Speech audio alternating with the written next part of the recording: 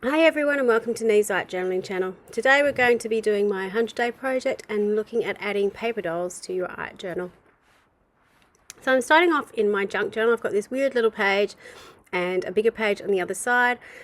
And what do? So I'm starting off with just putting some paint down like I always do. For this page, because I already had those sort of neutrally bluish greenish tones on the page, I thought I'd go with that theme. Sometimes I use inspiration from what's already on the page, even if it is really junky like this. Other times I just completely paint over the top of them. So it really is, you know, what I'm feeling on the day. So I'm mixing some ocean, sky. That one is olive, and you'll notice I'm not cleaning my brush in between, so that olive's taking on sort of lovely bluish tones. And you'll notice the difference between the two papers on this page.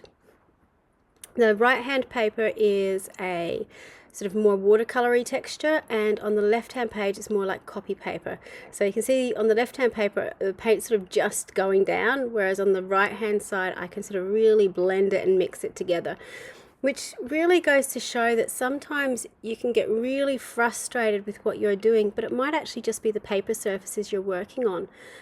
So try lots of different surfaces and see what's happening. And sometimes if you do what I'm doing here and have them both out at the same time, if you're doing the same thing on both pages but it's working differently, well, you know what the difference is. So I would highly recommend you sort of trying stuff out to see what the differences are, because it really does affect what you're doing.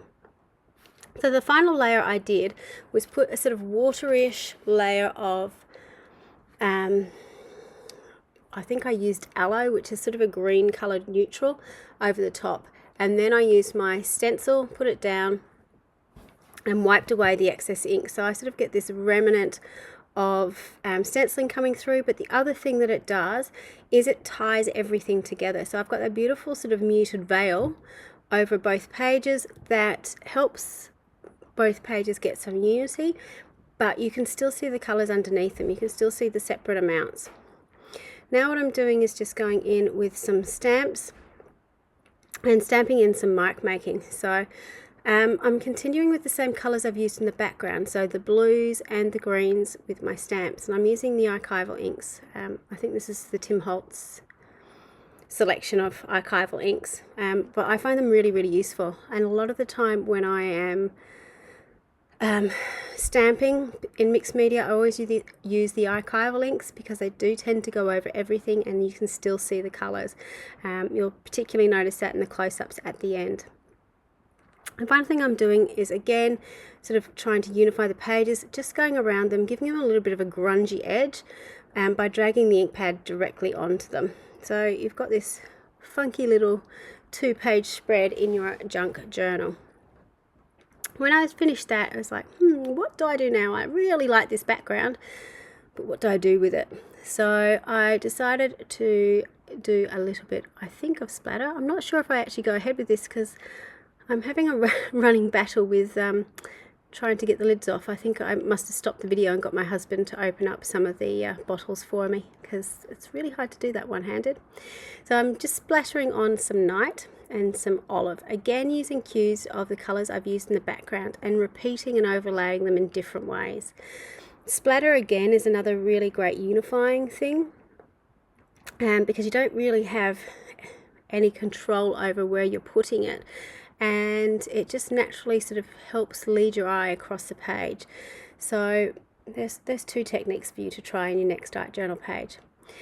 The gloss spray doesn't take very long to dry. If you don't have gloss spray, use watered down acrylics just so they get a bit drippy and you can drip them onto your page. I have fallen in love with this stencil. I'm using it quite a bit, so I really wanted to sort of bring back some of those circles a little bit more obvious than they were in the background. And I'm putting very little paint on my sponge. You can see I did not put out very much, and I'm just continuing to sponge until there's nothing left on it, basically. So I'm getting this beautiful fade pattern around the edge. A lot of the times when people stencil, they actually use way too much paint. You really don't need to use that much at all, and a little bit goes a long way. You don't need to cover the whole page with stenciling, even though it looks like I am here. Just little bits help add a sort of subtle background to what you're doing.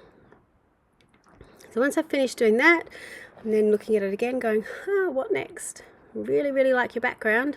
What are you going to do to it? So I decided that I'd get out some collage bits and pieces. I think I'm trying to find some vintage text, and I was looking for some appropriate paper dolls to put down here. So if you haven't come across paper dolls, they're a product by Tim Holtz, by Ranger, or it's by Ideology, but you will find them in most places that stock Ranger stuff.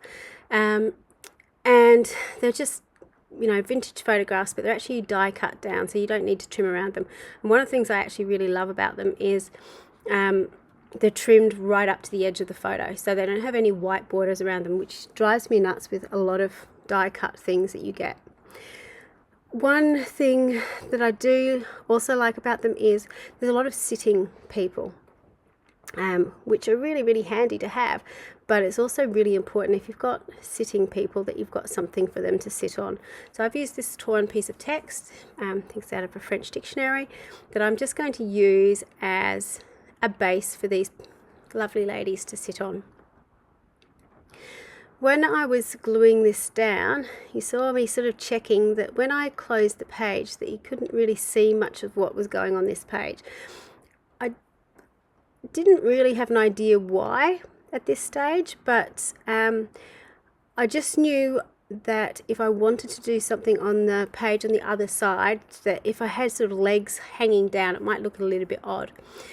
And doing that actually got me thinking about the other side of this page, which was a beautiful contrast because it's a gorgeous sort of orangey, yellowy colour, which contrasts beautifully with this blue greens. So I was sort of thinking, how can I maybe use that colour contrast to my best advantage, I suppose. So while I was gluing this all down, that's kind of what was going through my head. You can see me fiddling around with other little bits of collage because I was still wondering what I was going to do with the other side, but I decided that I might want to make a window in this. This is the most awkward video of cutting out that you're probably ever going to see. So trying to cut, one, with your non-dominant hand, two, not being really able to hold what you're cutting. I was longing to be able to get out my craft knife and cut this heart out, but I managed to cut it out in the end. I was quite proud of myself that I was able to do that. So as I'm butchering this piece of paper, basically what my idea was that I could have this heart shape as a framing tool for these lovely ladies. So you'd have some of that green peeping through and have that gorgeous orange contrast.